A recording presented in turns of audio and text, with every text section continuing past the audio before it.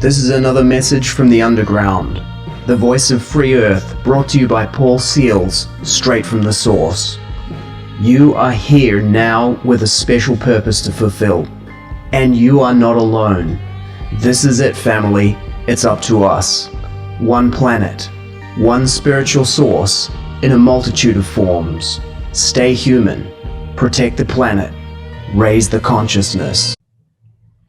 Hi guys, Paul Seils with a special guest today, Stephen Lymbery. We're going to be talking about privacy and do we still have a right to privacy, or that's probably a bit of an obvious question at this point in time, but I'm just going to create Stephen's bio for anyone that's listening in at this point in time as well. So Stephen's got a background, studied very diverse background, including medicine, law, history, psychology, and anything else that garners his attention. He currently hosts a common law group based out of Australia under the banner of Common Law Courts of Terra, Australis. He endeavours to bring forth the fiction, bring forth the facts, and about exposing the illusion of the fiction world, providing people with solutions to the actions of criminals occupying unlawfully the positions of control in the government, corporation, and the web that spreads from that deceit. Stephen considers himself to be most fortunate that he was able to spend considerable amount of time with David-Wynn Miller, or for those that know David, or knew David, and still know David, David-Wynn, Miller, initially as a participant in a seminar in New Zealand, ultimately completing court and other documentation, attending court and co-hosting seminars with David. As a result of his time with David and the knowledge and logic that he experienced with David,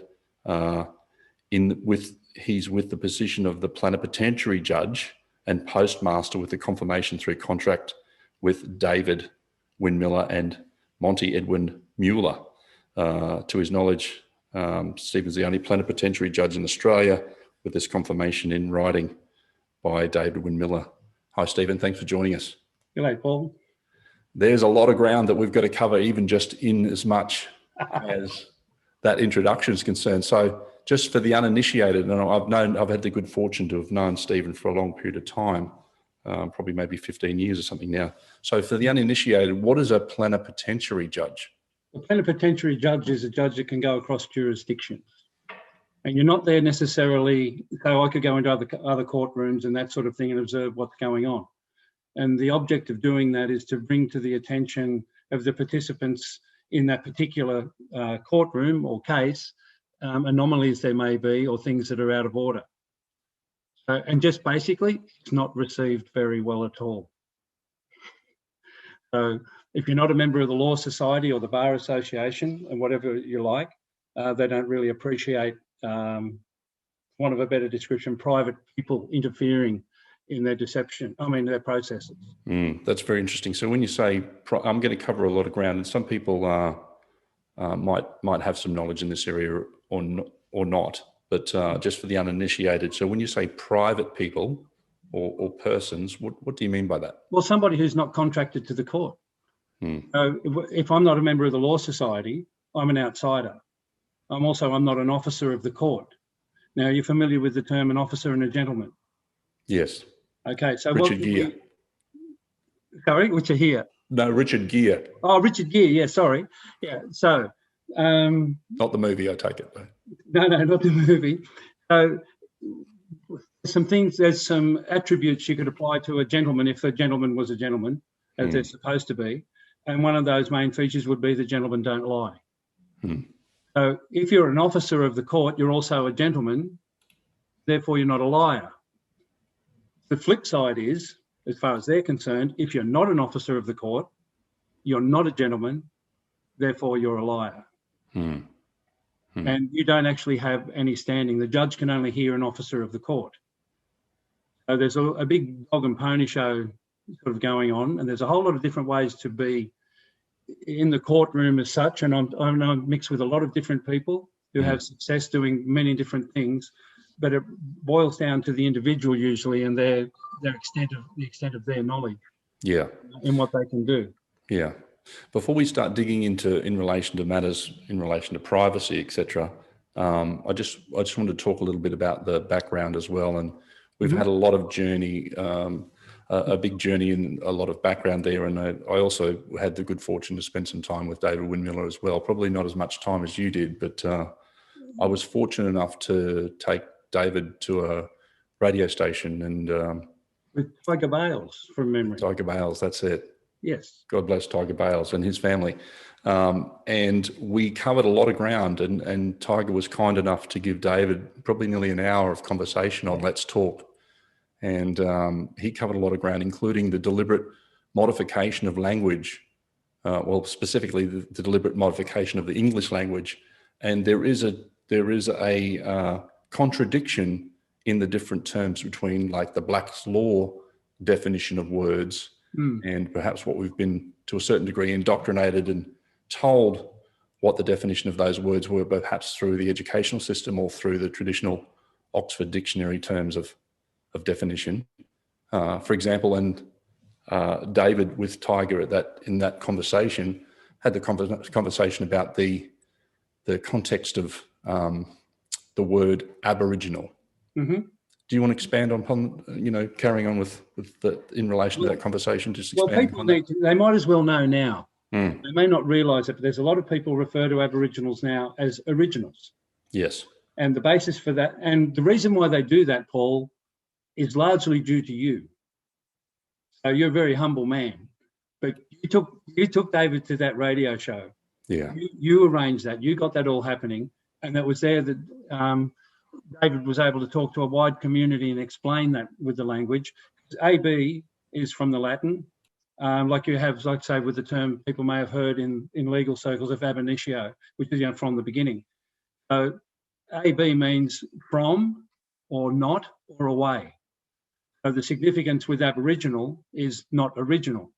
And people can say, oh, that's ridiculous. It's sort of this or that. But I'd bring it back to another point. If we're saying that they're the original inhabitants of the land, why don't you just call them originals? Yeah. Why do you need to add anything onto it that muddies the water? So Aboriginal means not original. Mm-hmm. And David used to say it was a no contract word. It is because it's a negative condition of state. So to say that you're not something, it's more. If I was going to say there was nothing. Well, let me say, if I were to say somebody had no morals, rather than saying they had no morals, which is a negative condition of state, I might say that they were void of morals. Yes. So that's more giving you it's a different way of putting things, and we try to get away from negative performance.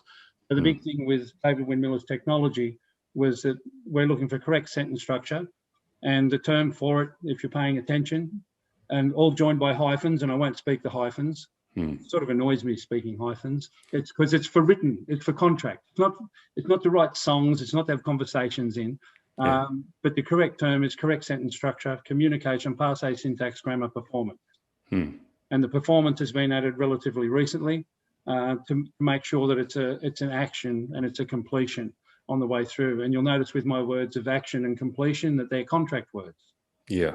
And they are in themselves they're an action, they're an active word. Mm-hmm. So we get into conditions of making a contract that exists in now time. One of the sayings that David used to like to bring through was no law or fact shall be tried in court.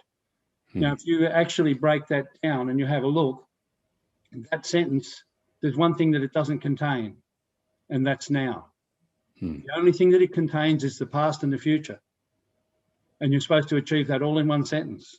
Yeah. So if and with no law, we can say no law or fact shall be tried in court. So shall is in the future, tried is in the past.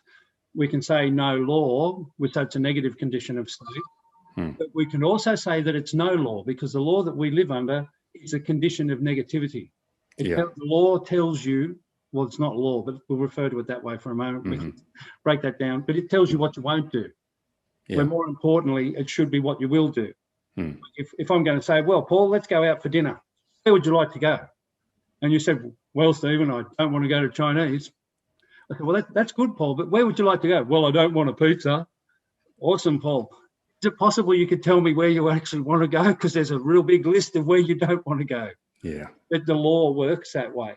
And they intentionally put problems on a page so that people get to stand and be paid to sort out the problems that they created. It's almost like someone's got to teach them how to communicate. It's not real clear. There's always, well, we've got to really work out what that means. Yeah. So I suppose that's why they call it practicing. Practicing law. So in relation to law, let's just clear that up as well at the beginning too. So there's the way the words sound, but the way the words are written. So let's just break it up between the difference between LAW and law, LORE. Okay, well, law, and an original would explain it to you better than I. Law is more about the passing down of a way of being. So that's like everything that's traditional to your culture, that sort of thing, and that would incorporate law within it. So law is more the whole thing, So if we were going to say, well, look, we're going to hold a common law court and spell it LORE, that's even going to incorporate dance and songs and how to make scones, if that's what you do, whatever. That's law is everything about your culture, everything about your traditional presence somewhere and distinction from somewhere else. But it also has your law, LAW, within it. So the law, we like to think, and this isn't when you go into a court of law, as much as what they will tell you, but if I look at you and we're going to have a conversation about something, from having spent time with you, I know that we both know what's right and wrong and we don't have to discuss it. Yeah. We can observe something and I know that you're going to think like, you might have some different words, but basically you're going to be going, that's wrong. And I'll be doing that, and I'll be doing that as well. And that's common to us. Common law is much more simple, more direct, and probably in some ways less forgiving. And without being religious as such, you could refer to the Bible. And depending on which religion people might be associated with or not, there's 10 commandments, but there are more than one version of 10 commandments as well, which a lot of people don't realise. And it wouldn't hurt to look that up yourself and just find out why different religions have a different 10 commandments. They have commonality, but they have certain differences. And common law basically comes back down to that, which is do no harm, be honest in your contracts, and cause no injury. Yeah, do no harm. Yeah. That's fairly simple. Now, there's been a huge resurgence since the beginning of COVID in March last year in relation to people getting involved with and learning and pursuing common law. So what is common law and what is the opposite to common law? What's the opposite to common law? Uncommon law? I say, so common law is a concept that people have about holding a court.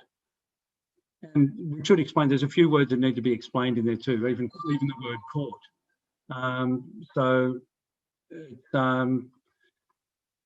A court is like a contract. So when we go to a courthouse, we're actually going to a courthouse, and that's the house where you hear contracts, or you're entering into different contracts, or you're solving certain contracts, that type of things, and they're all individual courts, and each court has no bearing on the court next to it in another room. So if we went into a courthouse and there was 4 different judges, 4 different rooms, there could be exactly the same misdemeanor or whatever you want being heard in all 4 courtrooms. Yeah. And it could have been identical. Let's say there were identical things that happened, but the result in each courtroom will be different. And that's when you know the law is not a fact. Yeah. Now, with common law, we're looking to get back more to a fact. We don't want all this grey area. We don't want it open to interpretation, that sort of thing. And the feeling is that it would be a more just system because it doesn't have ulterior motives. Yeah. And I suppose in some areas I need to be perhaps, no, I don't like being politically correct. I'll call it how it is at some point, maybe not now. But my experience in the court system is there's no justice in there. They're in there, and as far as they're concerned, it's just us. Yeah. And we get fed upon. That's why you don't get the same results all the time. People can say, I did everything right, I followed everything I should, I lost everything. Yeah. And there's technical points. I know of people that have spent hundreds of thousands of dollars with solicitors and never had a document filed. Yeah, well, the incongruency, and I know that we have a lot of international visitors and members in our group and our organisation, over 11,000 people, and not all of them are based in Australia. Most of them are international, but Yes. There's incongruency. I don't know if you've seen it in the media recently as well, Stephen. So there was a court case where someone got arrested and denied bail for refusing to wear a face mask.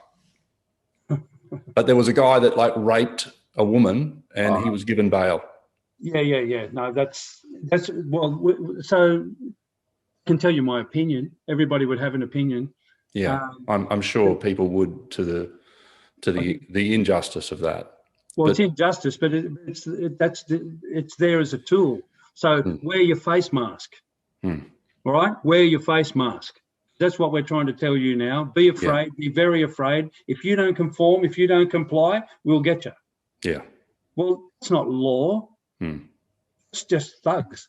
Now, when Las Vegas was under the control of organised crime, it ran a certain way. And then the government came in and took over.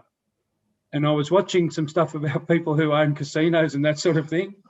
And they were saying, we preferred it when organised crime was controlling everything because at least they had a moral standard that they adhered to. These people do whatever they want, whenever they want, and they're just stealing. Yeah.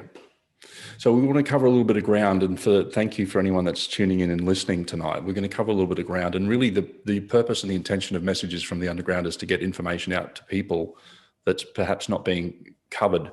Well, most of it's not being covered by the mainstream media, but to reach people and get information out there.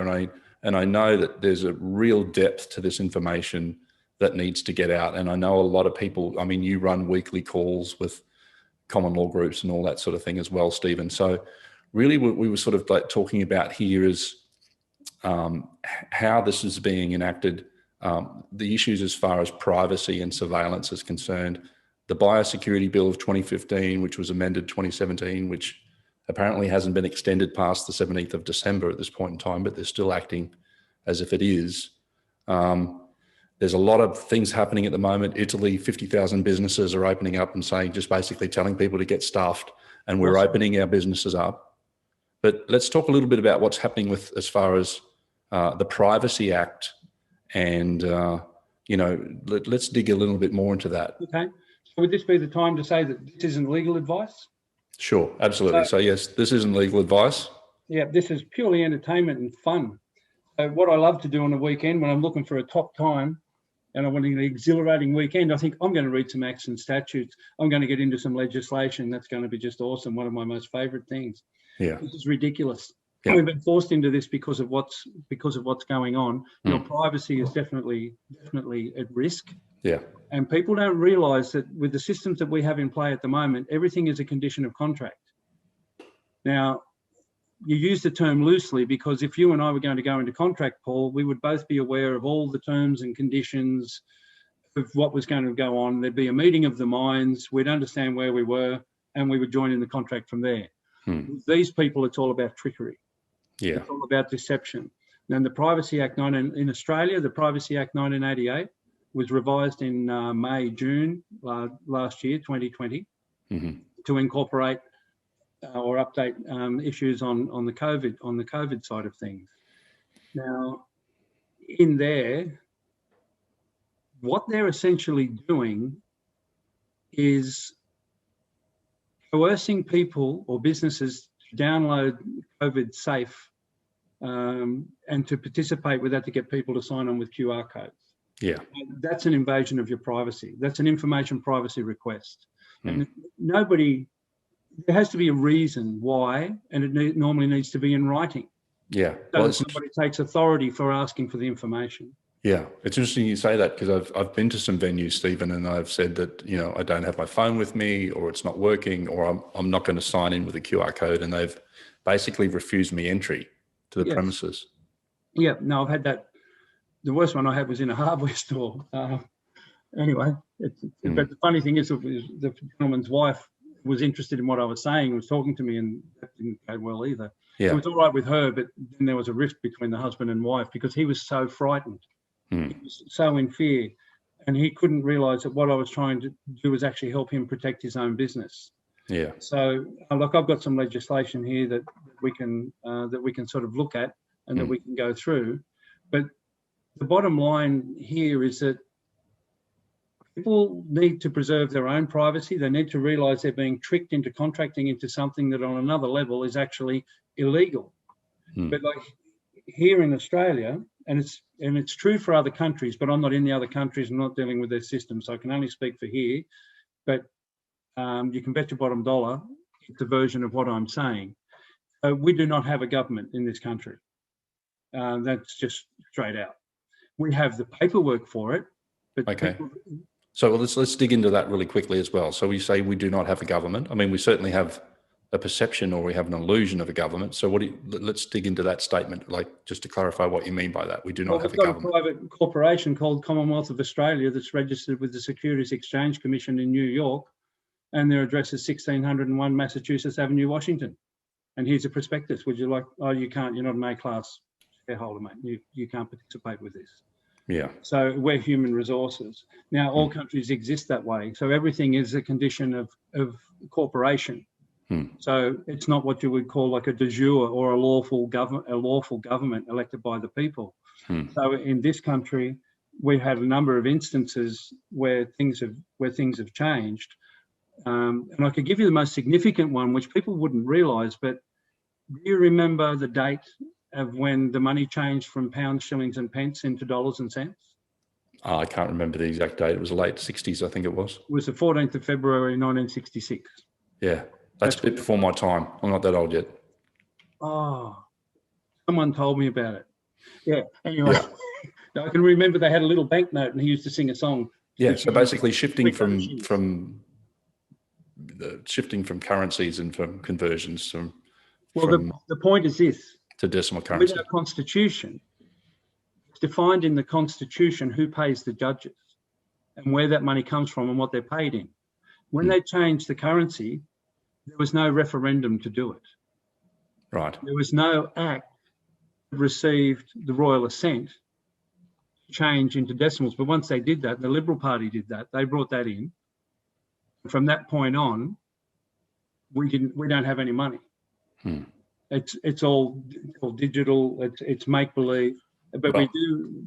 Sorry. No, I was just going to say I wasn't around for the decimal currency changeover, but I was aware of the time when Australians' currencies changed on the notes, and I know we've covered off on that in money in relation to money and fiat currency notes previously, but where the notes were changed from saying having written the Commonwealth of Australia to just Australia. Yeah. And when you look at a note, how do you know it's a dollar? Like if it's got a 5 on it, how do you know it's $5? Because it has a 5 on it. Yeah, it doesn't have $1 on it. So it's an assumption. Yeah, but the other thing that's on the $5 note, if people have a look, is there's a lovely picture of, well, whether you like her or not, but we'll just stay nice that way. Yeah. There's a picture of a woman that we know as Elizabeth. Well, that's actually who's on that note. It's Elizabeth. It's not Queen Elizabeth. Now, if you can find a crown on that woman's head, you could even find a tiara.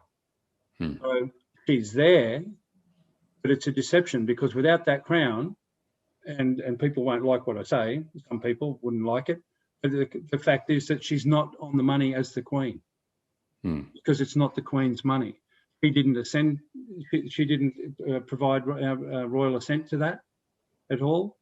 So what you've got in this country there, then all your judges are paid by private corporations to do what they're told to do. They're not paid out of consolidated revenue. And our consolidated revenue is in a condition of limbo at the moment. So if the people had changed it, that's one thing. But the money of the United Kingdom is an issue that has to be changed to referendum. And at that level, it even has to go to the other United Kingdom countries. But they're all in a similar position, whether it be England, Canada, or whatever. People need to look at things. Now, to give you an example of what I'm talking about, if you went to the Royal Styles and Titles from 1953, where Elizabeth came in, because, you know, Daddy's not with us anymore, well, he had all his paperwork. She needed to have her paperwork. So that's all put in place, the Royal Styles and Titles and everything, and about how things will progress when she dies, that sort of thing. Then she signs off at the bottom. Because, and we're going through with David-Wynn Miller, but people will know generally that when you sign a document, Paul, where do you sign it? You sign it at the end. Mm-hmm. You sign it after all the information. Yeah. Now, when she came to Australia in 1973, the 20-year anniversary, and we had another Royal Styles and Titles, and I might be saying that the wrong way around, but people can look it up. They get exactly what it is. That was in 1973. At the same time, Australia had basically been sold out through Unidroit, where Australia was then operating as a corporation. Well, Elizabeth R, like R for Regina, which is the Queen, she didn't agree with that. Now, people will tell you, but she signed off on it. Well, she might have signed off on it, but where she signed off on it was above the title. So there's actually no text before her signature. Right. You could even argue, and she's actually put a line through the bottom where that's it. She's finished. Yep. There's nothing below her signature that she's connected with. And that's when they brought in Queen of Australia. Now, the other thing that she is the protector of the faith. Now, the faith isn't just the Church of England. It's for all denominations. It's for the faith of all the people. She's there to make sure that, like, she might be Church of England, but you don't have to be. You can be whatever you want. And the Queen of Australia is not a defender of the faith. So people start looking at things. And if you have a look at the oath that Scott Morrison took when he became or was sworn in as Prime Minister. Yeah, let's talk about that. The oath out of the Constitution. No, not even the same. And he even, instead of saying Her Majesty, he said Her Managesty. Now, I haven't found a dictionary that's got that word in it. You don't think that was like you don't think that was just an error? Oh, it could have been an error, and it wasn't really a very important thing, so it doesn't matter probably. I'm pretty sure you go mulligan on that and to have a do-over. Don't you? Because it was filmed. There was all people there. They could have easily, like for all we know, that was the third take. Yeah. Because they are actors. And you've noticed now, even particularly on the American news channel, that they do refer to politicians as actors, or he's a bad actor, that sort of thing. And I don't know when that started happening, but I thought they're actually telling people now. Yeah. But people don't hear. So. Okay, so let's go back to the conversation about privacy and QR codes and COVID tracing apps, and I just want to touch on that as well, and just let people know that pretty much there's a lot of mass surveillance that's happening. That's my background in relation to privacy as a privacy advocate, and people don't even need to have the COVID Safe app or whatever variation and version of that is for people around the world. The automatic updates on the Android and iPhones are pretty much the automatic updates enable the tracing apps, etc. Well, Paul, when we have a look at privacy, so I work in the building industry. Okay, and everything else I do is outside of that time. And then one day, one of the carpenters was telling the bloke how he got in trouble off his wife because he said, "Oh, where were you yesterday?" And we go, "Oh, I had to go here and I had to do this." And she said, "No, you didn't." And he's like, "What?" He's not a bad bloke, and it was only something sort of innocent, but he'd like stopped into the pub on the way home. Yeah. And she'd been following his timeline on Google, looking up Google Maps, and she knew exactly where he was and when he was, and he didn't know that existed. Yeah. So why do you need an app on your phone to say that you were somewhere when Google has got you all the time? Now, if you turn off timeline from Google Maps, all that means is you're not looking at it, but they are. They still know exactly. And when you turn it back on, you'll find history of where you've been. It's not like you had it off for a week and they didn't record you for a week. So when that's there, what's the significance of having to comply with an instruction that you've got to click in, that you've got to do this, or you can't have your toys? Yeah. We were having a conversation on Thursday night, actually, with David-Wynn, and we're talking about the decentralized and encrypted mobile phones and that sort of thing. So we're looking forward to that conversation as well, but not just in relation to Google and the automatic updates. You don't need to have the COVID app and they're tracking people through the GPS, etc.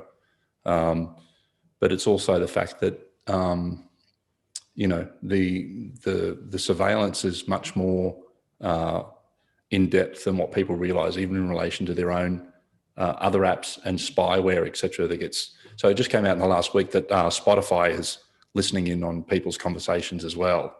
So I don't know whether you saw the news on that. No, look, this isn't, we're talking about privacy, so generally it's covered, all right? Yeah. But my family, we went away for a trip to Queensland. There we were, it was my younger sister's birthday, and we're all staying in the one place. And we're playing charades. I'm Australian, charades. Okay, so acting stuff out.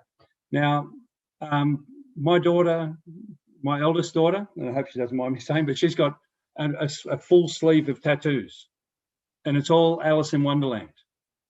Everything, the whole Alice is on there, the caterpillar, the whole lot, the Mad Hatter, all of that's all on there.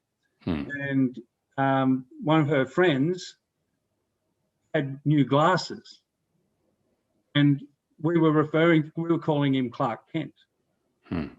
Now, so we're playing charades, and we're using an app on the phone to play charades, where you get your next clue.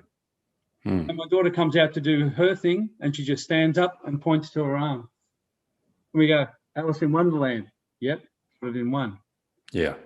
When a friend came up and he stood up, he just went, oh yeah, Superman. Yep. Now, what a coincidence. That was really freaky. And even people who don't think of being monitored, sort of that got their attention, because it wasn't just one, it was two. And it was so specific. And now that was 6 years ago, but I remember us having meetings in the very early days, and it was pull the mobile phone apart, take the battery out, it all goes into a bowl, and it's all in another room. Yeah. And off we go. Yeah. And I think I've in the oven or the fridge. Somewhere away. Metal cage. And now you can't take the batteries out. Well, you probably can, but it's not so easy.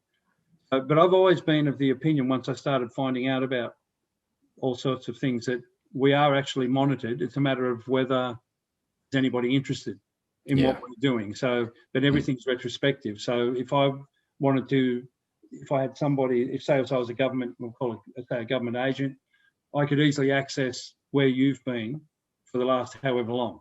Yeah. And then I can find something in there. So there might not be somebody actively monitoring, but if they decide you're a problem or whatever, they can then look in your history and that sort of thing. And I've always thought, well, they can do that anyway. And there's a different thing.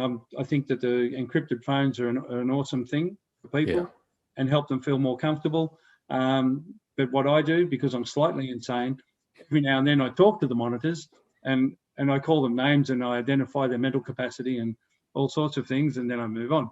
We've got some friends that when we're having phone calls, occasionally we do it. There's a couple of people I talk to where more than one time we've heard somebody cough.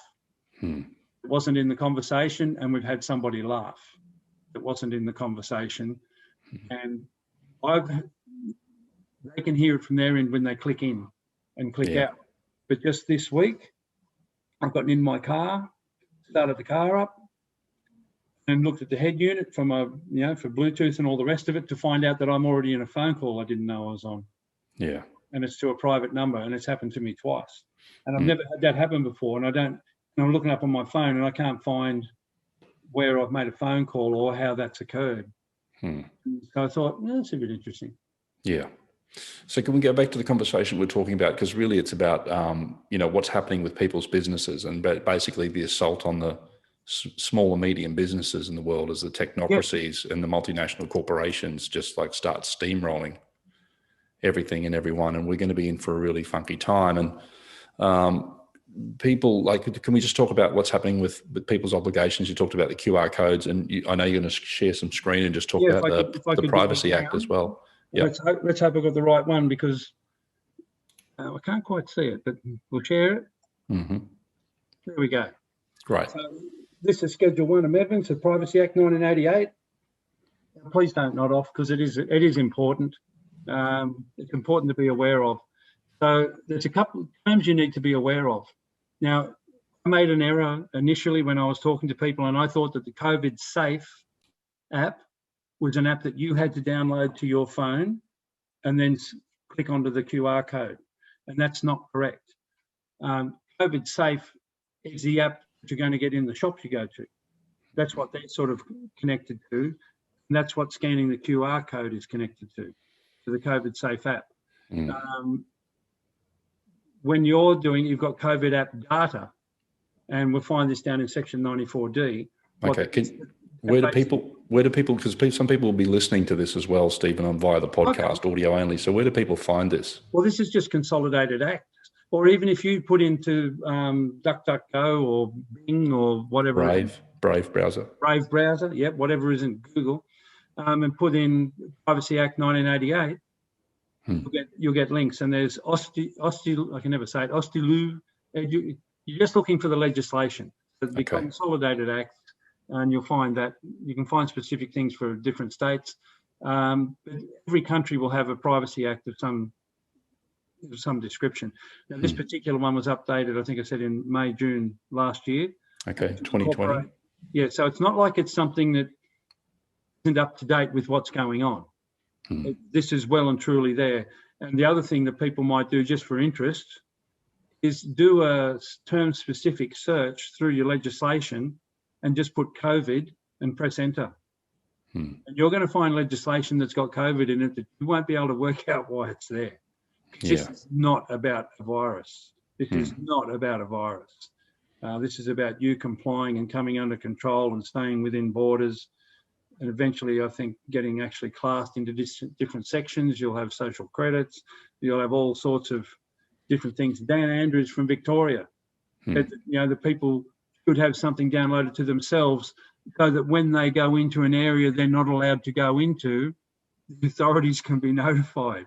Yeah. I thought, that's interesting. Just in relation to that as well, Stephen, I don't know whether people have seen it in the media in the last day or so, but the Victorian government, Australia, is in the process of putting towards the government to approve the extension until December 2021. Yeah. This isn't. I've been telling people at work, like before we went on holidays, I said, "Well, get ready for the second wave, boys." And they go, "What?" Because they don't call me crazy anymore, but they still look at me the same way. Yeah. But I'll tell you a story about that. I will, because it's important. Like I care about people. Yeah. I do genuinely care. And a lot of people you do, get really hurt, and that's not right. So I might use a bit of humour somewhere to get through things, or I try and be light, because I've had people tell me I hate to be in your head. But the things that I'm aware of, but that's you get above it anyway. Yeah. So I've been told not to talk to people at work, and sometimes I don't listen to that, or I do, but I just used to put it aside. And there was a fellow that we had that had cancer, and he had lots of radiation treatment, and he'd been off work basically with pneumonia. And I walked past him, and I thought, no, I'm going to say it. And I said, mate, if you have to go to hospital, just please listen to me. Under no circumstances whatsoever, let them put you on a ventilator. And he turned to me and he said, I know. Yeah. And I said, what? He said, I know. I said, how do you know? He said, my oncologist rang me. Right. And she told me that if I got admitted to hospital with pneumonia, under no circumstances whatsoever, allow them to put me on a ventilator because it would kill me. Now, how fortunate was he to have an oncologist? He's sort of finished with her, like she's still in the, it's an ongoing relationship, but they weren't sort of active at the time. But she sort of cared enough about him to ring him and tell him that. So I've got a bit of credibility with him, but people don't understand what's being done to them. A respirator is not a ventilator. Now, we move down through, so you get all your terms as you normally do, the COVID safe user, you go through. But the significance in the Privacy Act that people aren't aware of registration data of a person means the information about the person that was uploaded from a communication device when the person was registered through COVID Safe. So this doesn't, nowhere in here does it say QR code. Yeah. That doesn't mean it's not about it. Because if you scan the QR code, why are you scanning it? What's happening? Your information's being put into the COVID Safe register, and it's being stored. So registration data of a person, and that's another thing legally speaking, because in a conversation with law, I'm not a person, but that's another whole new sort of area. It comes down to the deception in the legislation. So that's one way you know that includes the QR code, state or territory, or that all just means that. Now, simplified. There are several, because we have people who don't have a screen, don't we, Paul? Correct. We have some people who will be listening to this via podcast. Okay, so there are several serious offences, a simplified outline of this part. There are several serious offences relating to COVID app data and COVID Safe. So that makes the distinction. We deal with non-permitted collection, use or disclosure relating to COVID app data and uploading COVID app data without consent. I'll say that again, uploading COVID app data without consent. Everything is a condition of contract. Even if I tell you this is mandated, you still have to agree, because a company can only mandate things to members of that company. If you're not in the company, it doesn't apply to you. Even then, it still requires consent. But you don't realise that things are running under companies or corporations. Sorry, there is a difference between companies and corporations. So under corporations, you get contracted in. Now retaining, and it's it's the television in particular, is just mind-numbing what they're doing on that. Now, retaining or disclosing uploaded data outside Australia. Now, that's actually going to happen. We've got Five Eyes, and you're more familiar with Five Eyes than I am. Yeah. When I hear you speaking. Okay. So with Five Eyes, isn't it correct that all the members, they can't spy on their own population? Yeah, correct. So I'll just touch on that for people that don't know about the Five Eyes. So the Five Eyes Alliance was really was created at some point to spy on other countries that were not part of that alliance. So the Five Eyes is basically Australia, New Zealand, Canada, US and UK, and those intelligence organisations within GCHQ in the UK, for example. In Australia, we have, what's my mind at the moment? ASIO? The signals intelligence. So ASIO and the Signals Directorate. So, yeah, but it's basically what happened is all those other countries outside of Australia, their governments and their citizens would never allow surveillance of their citizens. And unfortunately, Australia has no Bill of Rights. So what that means is what happened in Australia and it's interesting because I had a conversation via live stream with Chelsea Manning in relation to this when at an event. And what happened was the Five Eyes Alliance met on the Gold Coast in Australia on or about November 2018. And Australia agreed to process the data for all the rest of those Five Eyes countries because of the fact that we have no Bill of Rights. And that's where the loophole is there. And then they basically, whatever they do with that. Michael Hayden, the former head of CIA, said at some point in time that they actually use metadata to track and to kill people. That's what they said. And that all that intelligence and metadata is used for drone strikes in places like the Middle East and that sort of thing, Stephen. So what I loosely understand with that, Paul, is it's one of those ridiculous arrangements where, on another level, they're actually saying, "Well, we won't spy on our own people, but we'll get you to do it. Then you can give us the information." Yeah, that's it. It's all just like if we were to do that in our contracts. Anyway. Yeah. So that's part of the deception. Now, decrypting encrypted COVID app data. Yeah. Requiring participation in relation to COVID Safe. What does that actually mean, though, Stephen? Requiring participation. We'll get into that. No, okay. Sorry, I'm jumping the gun. No. Yeah, because it's just headings. Yeah. Just headings. Oh, okay. There's another heading that should be in there too. It should be talking about coercion. Participate with COVID safe, because that's naughty. We're not allowed to do that. Not that you and I will, but other people do. Now, we've got to remember that everything is a corporation, and if you can prove anything different to me, I'm open. You go for it. But we've found the ABNs, and it's not just so because there's GST, and it's not just because of this. That's just so ridiculous. It's beyond belief. You've only got to look at Scott Morrison's oath and look at our Constitution, and if you can convince yourself that he's compliant with our Constitution, which also doesn't allow for a Prime Minister, like you're really, really telling yourself stories, and probably a very strong sign that you've been mentally corrupted, probably by newspapers and television and the radio. And that's my personal opinion. Yeah. Not that I'm qualified to give it, whatever. Anyway, other specific obligations relate to deletion of data and what is to happen after the COVID safe data period has ended as determined by the Health Minister. Now, some of these things that they've got in here are actually sort of fair enough to be what you would expect. And that's the way of hiding the deception as well, by giving you stuff to go, oh yeah, that's good, I'm glad they get rid of that, and all the rest of it. But the other thing is that people can actually participate with other organisations that have QR scanning available and the uploading of COVID safe information. So it's not necessarily just coming from one source. There's a number of questions that you might be inclined to ask. What I've seen people doing is they'll pretend to scan the code, they'll do this. I don't like that myself, because I think it's giving other people the impression that you're complying. And and to whoever's listening, and I don't care what you're wearing or what rank or anything you are, I will not comply. I'm not complying.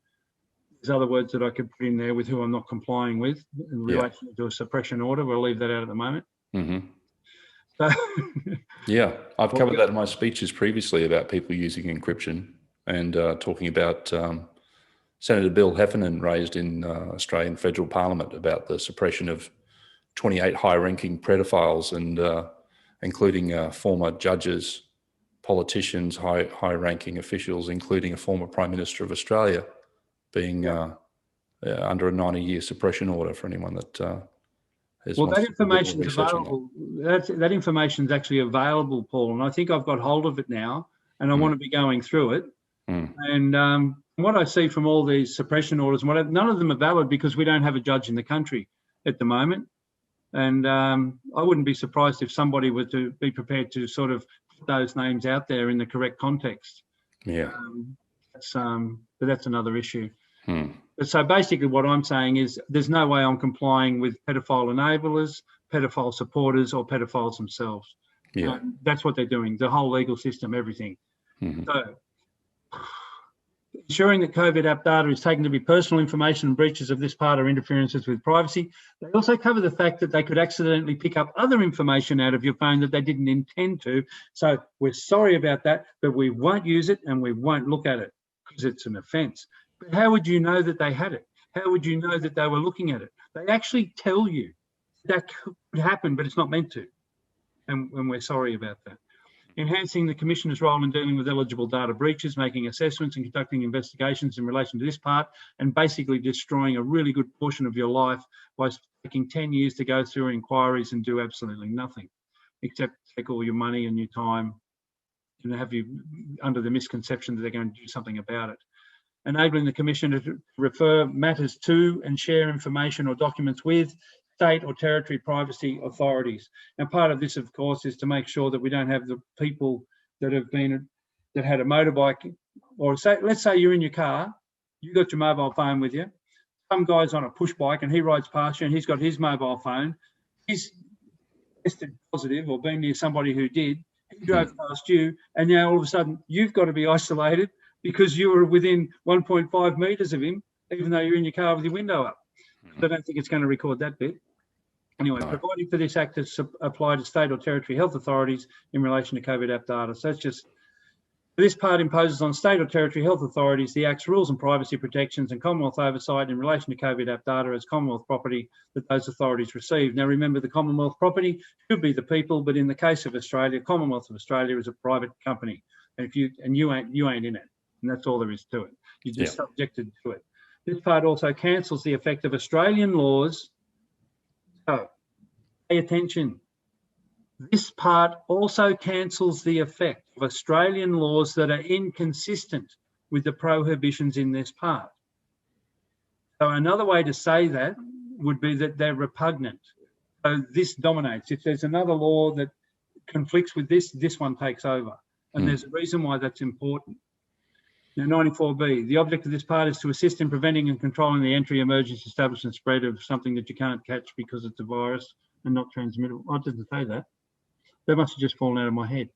Known as COVID-19 into Australia or in any part of Australia by providing stronger privacy protections for COVID app data and COVID safe users in order to encourage public acceptance and uptake of COVID safe and enable faster and more effective contact tracing. So here we're talking about something that's encouraging acceptance. Does that sound like a law? No. It sounds like a psychological manipulation. You've got a wicked mind, Paul. You're probably correct.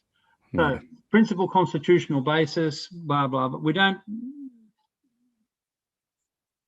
really have to go through those things so much. Yeah. A person commits an offence if the person, so this is section 94D for those who don't have it in front. So division 2, offences relating to COVID app data and COVID safe. 94D, collection, use or disclosure of COVID app data. 1, a person commits an offence if A, the person collects, uses or discloses data, and B, the data is COVID app data, and the collection, use or disclosure is not permitted under this section. Penalty, imprisonment for 5 years or 300 penalty units, or both. Do you know how much a penalty unit is, Paul? I'm guessing to say $1, but that's probably doesn't sound... You didn't allow for inflation, mate. Oh, okay. 1988. I think it's 220. Okay. What's that, about 66,000 or something? Mm-hmm. That sounds about over 50K. I think it's got lots of sixes in it. Yeah. By coincidence, I think. So the collection, use or disclosure is permitted if the person is employed by or in the service of a state or territory health authority. Okay, so that's not the local restaurant. And the collection, use or disclosure is for the purpose of and only to the extent required for the purpose of undertaking contact tracing. Or the person is an officer or employee of the data store administrator, still not the local restaurant, a contracted service provider for a government contract with the data store administrator, still not in the restaurant, and the collection, use or disclosure is for the purpose of and only to the extent required for the purpose of enabling contact tracing by persons employed by or in the service of state or territory health authorities, or ensuring the proper functioning, integrity or security of COVID safe or of the national COVID safe data store. We still haven't got to the restaurant. Or in the case of a collection or disclosure of COVID app data, the collection or disclosure is for the purpose of and only to the extent required for the purpose of. You reckon you learnt this at school when you did English? No, not at all. Not at all. Transferring encrypted data between communication devices through COVID safe, or transferring encrypted data through COVID safe from a communication device, might be your phone, the national COVID safe data store, or the collection, use or disclosure is for the purpose of and only to the extent required for the purpose of the Commissioner performing the functions or exercising the powers of the Commissioner under or in relation to this part, or the collection or use or disclosure is for the purpose of and only to the extent required for the purpose of investigating whether this part has been contravened or prosecuting a person for an offence against this part. Can you see why I do this on weekends? Yeah, it's riveting. Yeah. You might just have to dumb that down for a little bit for me, Steve. I'm just like, trying to get my eyes are starting to glaze over already. Yeah, no, look, all I'm telling you is that it's telling you all the people that can do it. Right. And that's why I've said none of them's a restaurant yet. Okay. So, subsection 1 does not apply to the collection of COVID app data if the collection of the COVID app data occurs as part of the collection at the same time of data that is not COVID app data. Now, why do you have to mention it? Because it can happen. That's why you have to mention it, okay? Right. That's what the point I was trying to make, get to before. So, the admissibility of the non-COVID app data as evidence in any proceedings is not affected by the incidental collection of the COVID app data or by the subsequent deletion of the COVID app data as required by subparagraph 3. You might have to dance with that for a little while to realise what they're saying. It's almost sounding like they can use any other information that they accidentally got because they weren't trying to get it. You know, that stuff you might need a warrant for. Yeah. COVID app data, this is the important part, is data relating to a person that has been collected or generated, including before the commencement of this part, through the operation of COVID Safe. That's your QR code.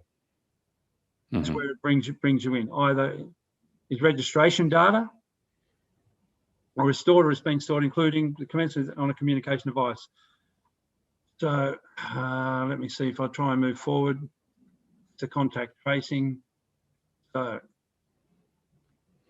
yes, we'll go through now.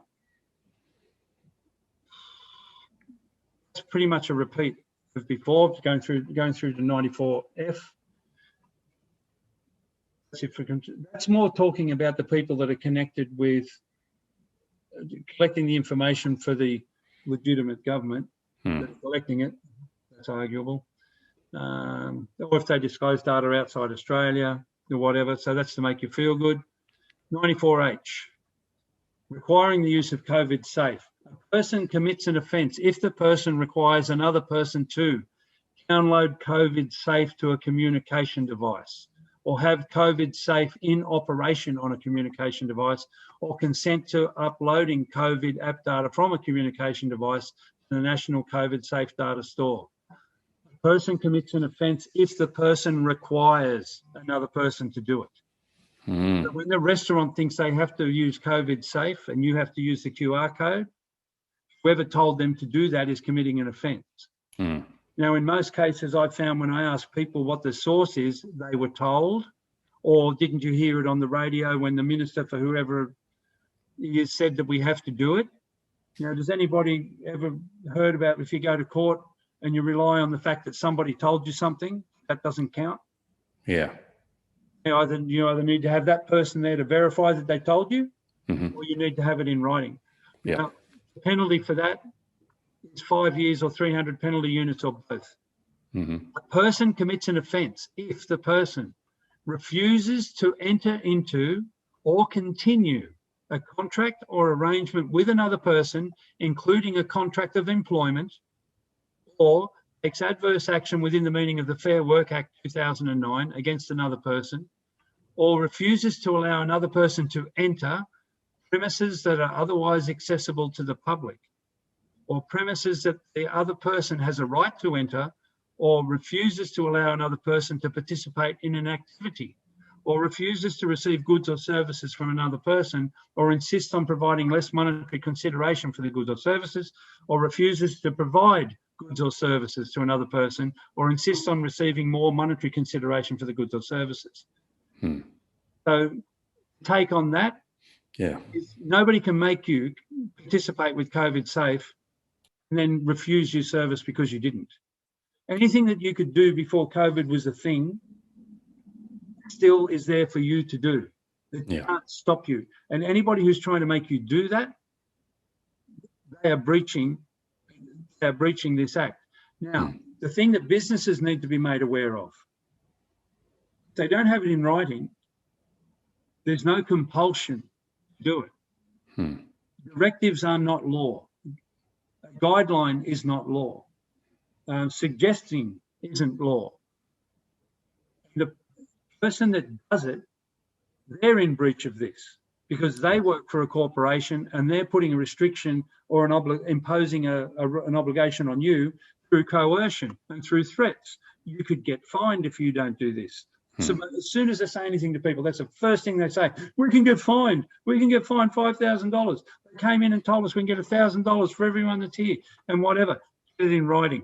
If you've got a business and someone's telling you you have the duty to perform for them, where's the contract? Where is it in writing? And I want your wet ink signature on that. Why? Because if you can't do this, or I'm damaged because of your action and you didn't have a lawful reason, and none of them do, I'm going to sue you, right? And I'm going to take your house off you. That's what I'm going to do. Now, that's not necessarily easy. But this is part of the conversation. But the purpose for this here is to try and get business owners to realise what's going on. They don't have to do this. They're actually destroying their own businesses. So can I just get some context for people who are listening as well? Because I don't want to get too sort of heady in relation to the data. I don't want to play with it at all. Yeah, it's very interesting. So let's simplify a little bit. So in relation to the situation that I experienced, like being refused access to an establishment for not scanning in with the QR code, like what's another alternate course of action in relation to that? I would suggest that you have this section like printed out, that you get them to look at it. Yeah. Now, we've got people that have different methods of communicating with people that they think have breached their rights, shall we say. And that's by providing people with a notice. So the one thing that I'm suggesting is we're not trying to have a business that's already suffering have to pay a fine or look at imprisonment or anything like that. We want them to wake up and look.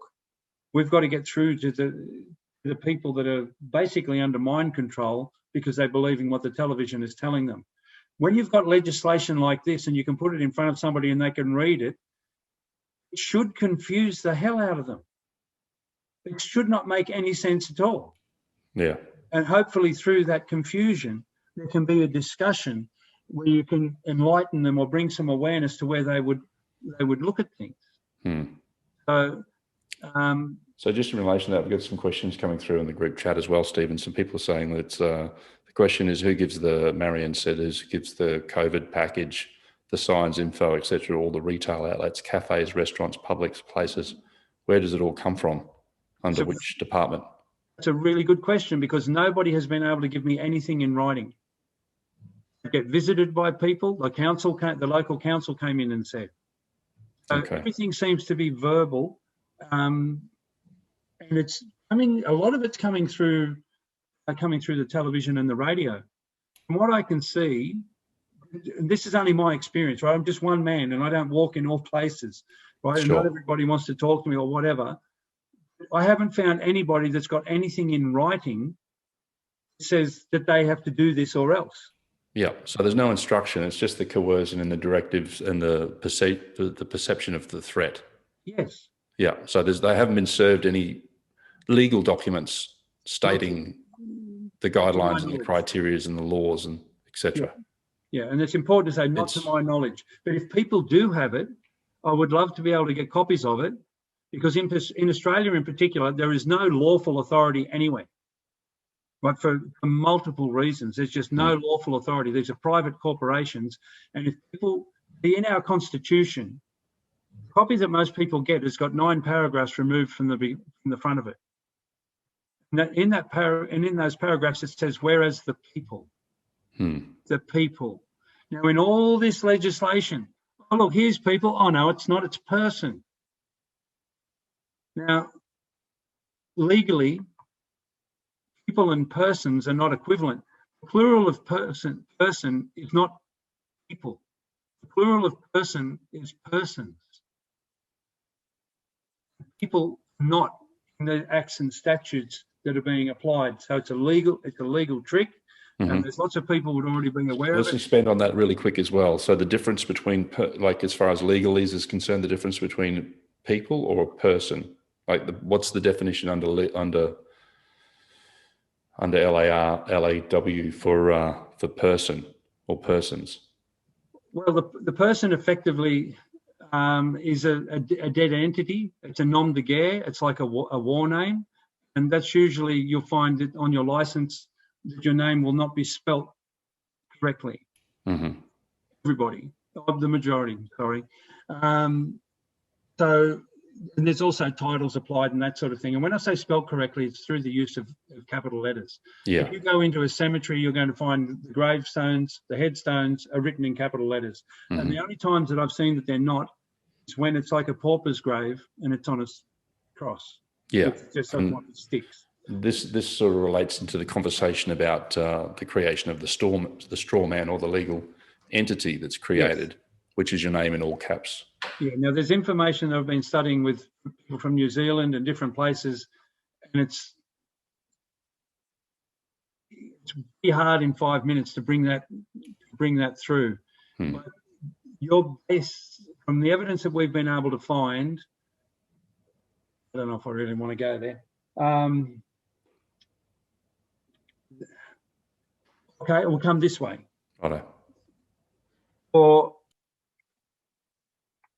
I'm just trying to think of the first word, but birth, there's a legal maxim that's called inclusio exclusio. And unless something is specifically included, it is excluded. Mm-hmm. And the example I give to people, just to be stupid to get their attention, is this is a law for all horses, including camels. What does it apply to? That's a question for you, Paul. Well, what I'm hearing is horses, including camels. No, the horses aren't included. Right. Because I said this is a law for all horses, including camels. And unless something is specifically included, it's excluded. Right. So it has to be included. Now, and that's ridiculous. Like, when you start looking at how they write stuff and what they do, there's no way this is to look after people or to, it's only for deception. Yeah. So the definition of a birth, just to finish why I'm saying that, includes stillbirth. And that's the only definition for a birth. Right. So a birth that's recorded is only ever a stillbirth.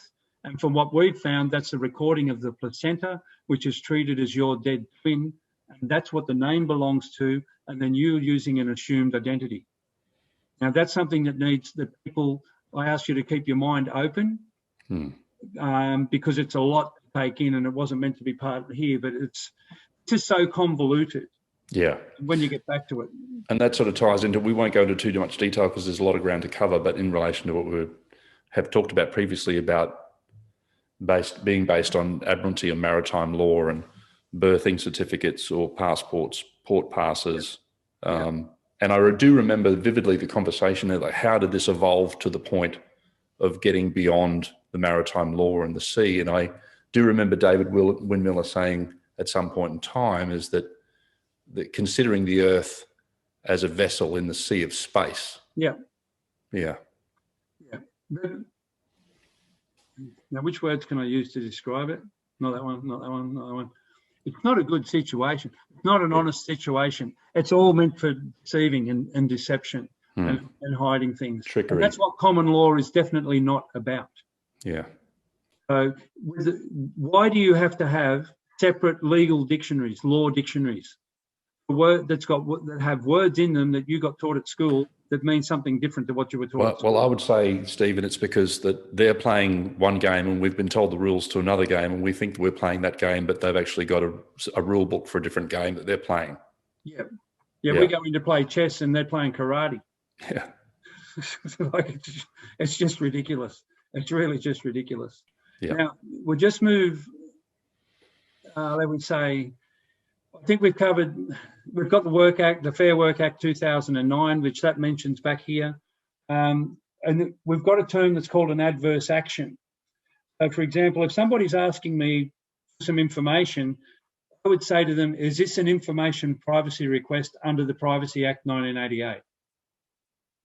Now, the reason why I'm saying those words is because those words are included in the Act.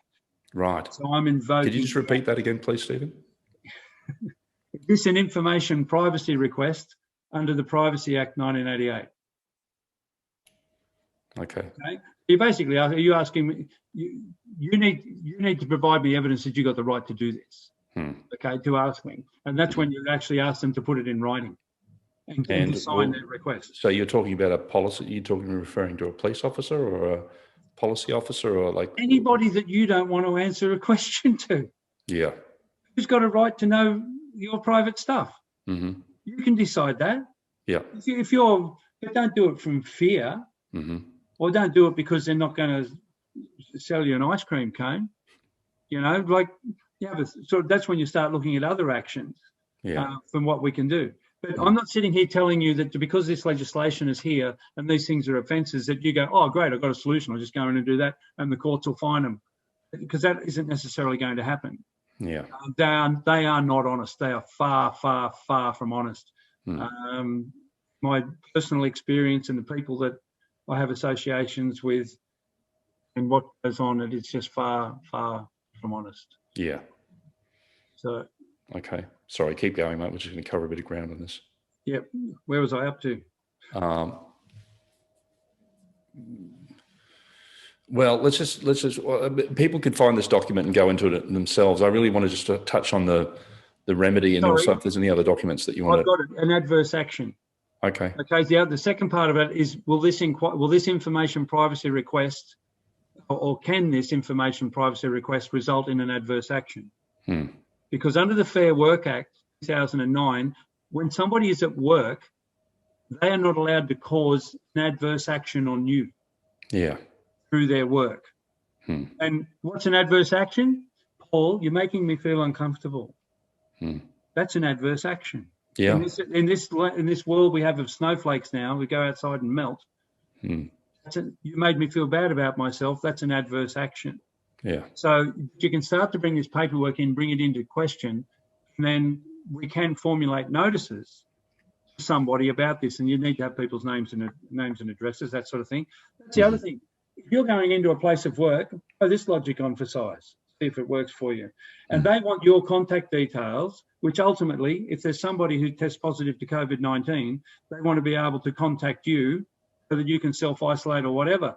So part of my conversation with that is to say, oh, okay, sounds fair. What's your name? What's your address? I'll also need the names and addresses of all the people here, because I've been a lot of places in the last week. I may have come into contact with somebody, and if I have and I'm notified, I need to let you know so you can shut your business down. And I need to let them know. So I'll need all their information as well. Does one person or one being have more right to information than you do? No. Well, I'd like to think not. Well, they don't. Now, there's certain areas where if it's genuine for health and things like that, it can come into it. But none of this is genuine. None of this is real. Like now they're talking about variants for something that they can't identify the first part of. How the hell can you identify a variant of something that you can't identify in the first place? That you can't isolate as an individual protein. Yeah. It's just, anyway, that's outside of that. And I'll just stop that one from there. Now, there's a couple of other documents that I've got. Oh, sorry, I will keep that because I can. Whoops, wrong one.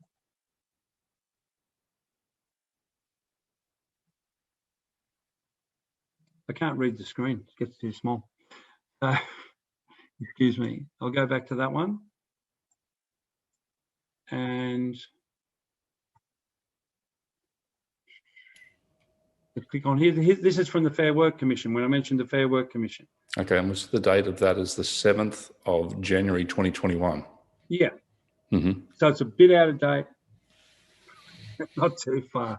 This is all current stuff. Now, things can be changed, but this is under the Fair Work Commission banner. So if you're a person going to work and your boss is saying, you got to do this, you got to do that, this is what you bring up.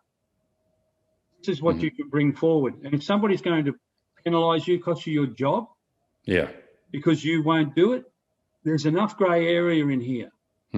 Because it still all comes down to a request for your private information.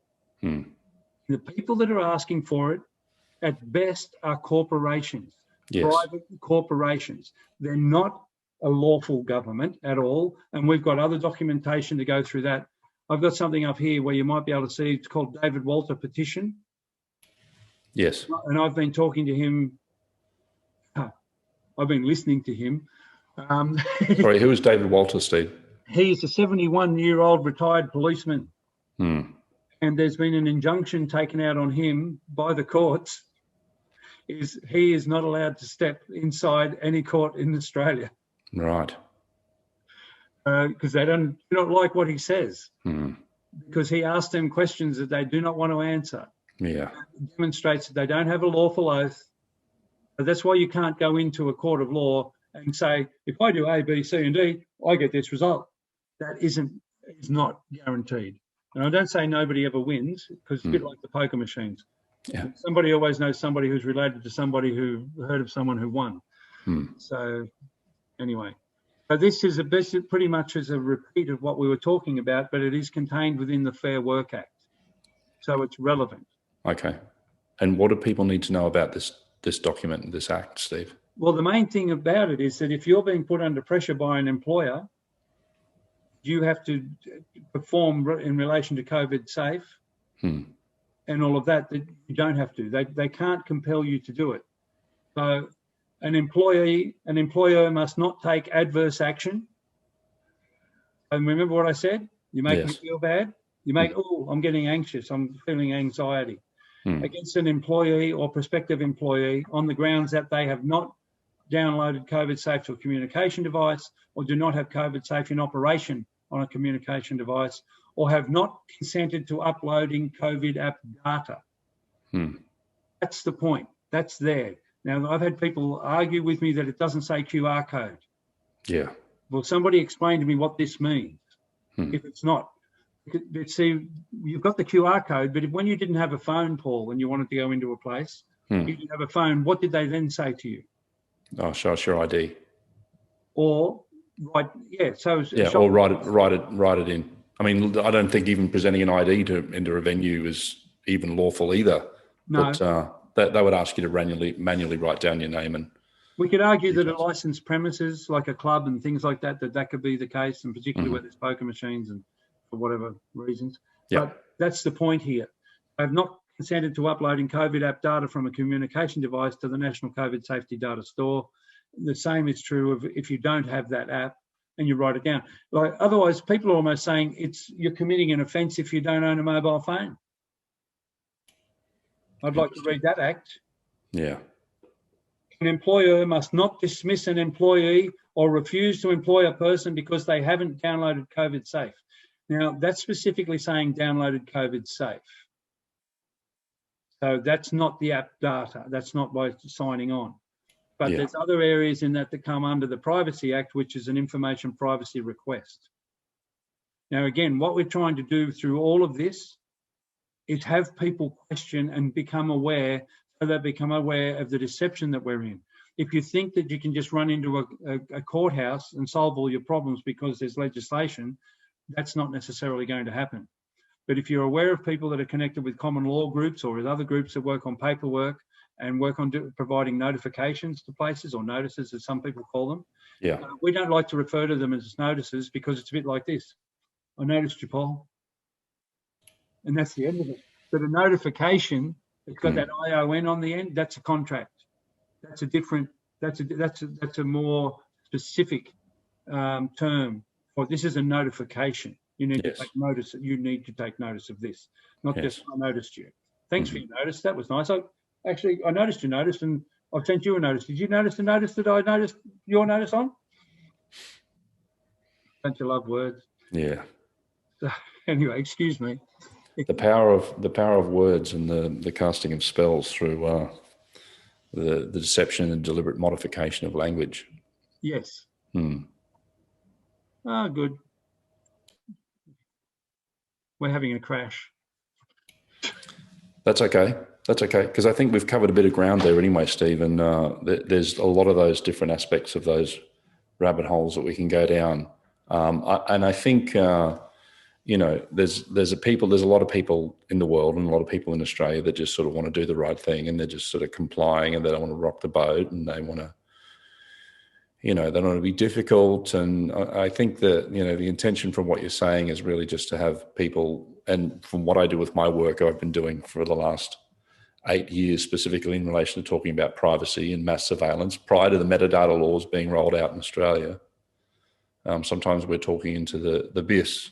So it feels like we're talking into the abyss sometimes, unless it's really starting to, as it will, and we haven't really seen the economic impacts yet. We will in the next quarter, I would say, moving forward. But just having people be informed and educated. So can you share a little bit about like how people can find you as far as your common law group's concerned, and also, what people can start doing to educate themselves in relation to finding remedy and getting themselves educated? Like for a lot of us, I spend a lot of time and I don't sort of have the capacity. That's why I fortunately have enough, fortunate to know people like Stephen here as well in relation to that. But so what can people do moving forward, and how can they find you, etc.? I'm actually, apart from doing the immense amount of work that you do, I'm a bit like you too, Paul, is And somebody described to me once, because I said, I can't work out how come I know all these amazing people that can do amazing things and remember stuff that I've got to, can't even remember what it was to look it up. And it was explained that I was the glue. And I said, what? She said, you're holding them all together. Yeah. And then it sort of goes through you. So that's more what I am as well. It's like a conduit. But with the common law group, that's about convening common law courts by the people. But that's not an initial thing, because there's misconceptions with that and there's mispromotion of that. You can only, going back to things that David would say, you can only have what you can hold. That means that you need to have enough force to resist an attack. Like if you're here defending your house and there's you and you've got a stick and you've got 20 blokes pull up with semi-automatic weapons or whatever, the stick ain't going to cut it. Right? So you need to be able to match that force with that force. And what I mean by that is there needs to be enough people in support of the common law courts. What we look at doing is that we can operate as a tribunal if we need to, and we haven't done that as yet. But that's where somebody has a procedure where they've entered into certain notifications, providing notices, and they haven't got a response, like an unanswered affidavit stands as a truth, and we can see that they've gone through all the correct procedures. We can add the weight, of people who have awareness of legal situations, and we can endorse the fact that they've carried out a correct procedure, and we can give it more weight. But the real power to be in the people, there needs to be enough people. So in the meantime, what we're doing, we're discussing the concepts of things, but then we're looking at solutions for people using whatever we can use. And I'll tell you from where I stand, the legislation is all garbage, ridiculous, not real. The Constitution is ridiculous, garbage, not real. And I don't want to say that in relation to the Bible, but you've got to have a look at who that Bible to be generated. So if we look at the King James version of 1611, and you can say when there's books left out and things, so that's manipulated information. But if we stand here and I stand with you, we know what's right and we know what's wrong.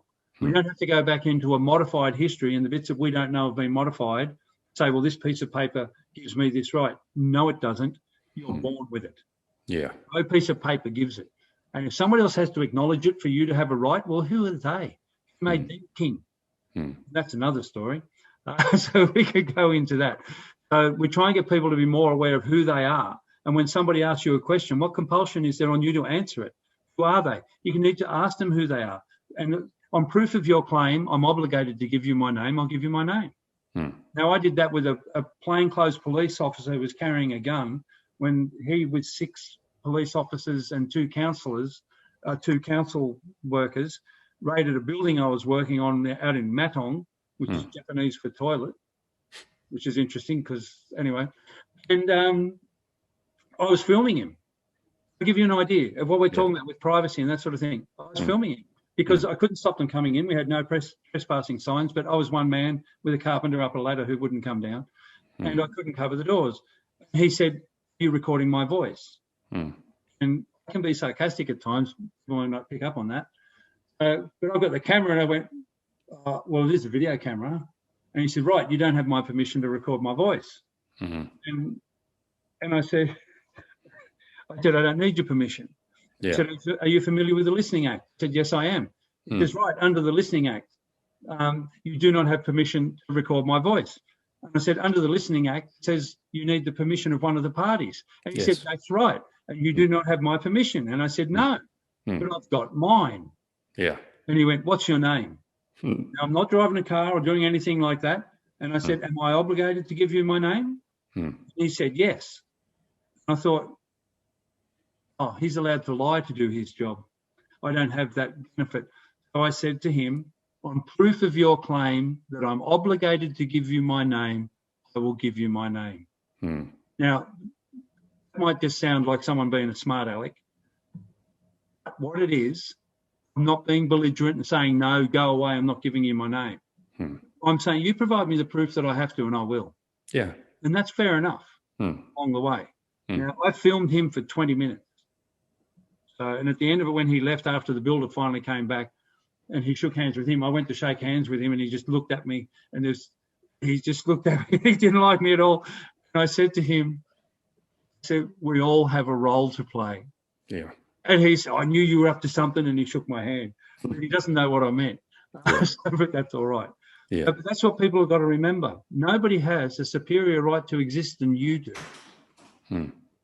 So that applies to you and the people around you. You don't have a superior right to exist than they do. God is within, or the Creator is within. These people imposing these situations on us, trying to take control of our life force. Yeah. So it doesn't matter whether you believe in God or Jesus or the Bible or whatever. There is a Creator, and we've all got a common source. We've all got energy, and that energy comes from a common source. Yeah. There's others who are out there to exploit it and use it to their advantage. Yeah. So a bit of knowledge, and just remember that nobody has a superior right. And if you're asking the questions, you're asking as king. And it doesn't work for as queen, but it's the same deal. It's the same deal. That means that you're in charge. When you're asking questions, you're in charge, and you're also not going to get into trouble as easily asking questions as you will making statements. Yeah. It's very easy to be wrong. Yeah. With the information I've given you tonight, you've got to take that on board and have a look at it. I'm not telling you that's your get out of jail card, but that's your opportunity for a discussion. And it's an opportunity, if you want to pursue it, if somebody's going to cause you a damage by losing your job, or you can't participate with this, or the kids can't go there, you can actually put something in writing and send it to them. And you can say, I believe you're in contravention of this, or whatever. But don't think that you're going to get the help with a lawyer. You've got a really big chance to go have a huge hunk of your life taken up by trying to do that, with the end result being you spend a lot of money to get nowhere. So that's my personal opinion. Yeah, it's great, Stephen. It's fascinating, and there's a lot of time we could spend on a lot of these other subjects as well. How do people find your common law group? That was the question, wasn't it? AUSCLC.org. We have links there to Zoom meetings. We have Zoom meetings 7:30 on a Wednesday night and on a Thursday night. On a Thursday night, we try to focus more on solutions and help people with paperwork, that sort of thing. But it's also hard to get people. People have got to take responsibility for their own life. I can't make you free. Paul can't make you free. You have to. And it does take some responsibility, but you can look after your family members. And on Wednesday night, we try and have interviews with people who are actually doing things. We've got a different plan, but most of it is in the area of trying to provide solutions to everyday problems that people are running into, particularly sometimes it's with fines in relation to motor vehicles, but these days it's mostly in connection to this garbage that's around us. So. It's been fascinating. Thanks for your time, Stephen. I know you've got a lot on your plate at the moment, and I acknowledge you for your contribution and that your love for humanity and for people. So thank you for your contribution. It's a pleasure to have you and call you a friend, and thank you for what you do. And we appreciate everyone listening to this, and we try and getting as much information out as possible so people can get up to speed and get enough information. And it's like, I think that's the theme from what you've shared there so far, is that you've got to ask more questions than providing statements. On our Zoom meetings, people can ask questions, and I never stop anybody from asking, and I never block anybody from entering. Okay, so that you can ask, like, within reason, of course. You can ask any question. You can do that. If I can't answer it, there may be someone there who can. But the object is we want to grow together. We don't have an agenda. We're not selling stuff. Nothing at all like that. Along the way, we're just looking for the solution and prepared to be wrong. I can think tomorrow totally differently to what I did today, because I took in new information. And it gave me a different perspective. I think you're the sum total of your life's experiences and conversations. And if that means you're going to be the same tomorrow, well, something stopped. Beautiful. Stop living. So thank you, Paul. And I'd like to acknowledge it's a mutual admiration society, mate. But you take on a lot, and I know that your heart's really in it. For helping people. So thank you so much for the opportunity. AUSCLC.org. But it's not just about common law, but we believe that the real power, the absolute unstoppable, uncontrollable power, is with the people. If the people don't do it, it doesn't happen. Yeah, We get what we got. that's it. Stephen Lymbery, thanks for joining us. Thank you, Paul. Thank you. Good night. Thanks for watching. Thanks for listening. Much love. Thank you for listening to another message from the underground. Want to know more? Head over to Facebook and search for our private Facebook group, Messages from the Underground, or visit www.messagesfromtheunderground.org. To connect with Paul Seils, please visit paulseils.com. Stay human, protect the planet, raise the consciousness.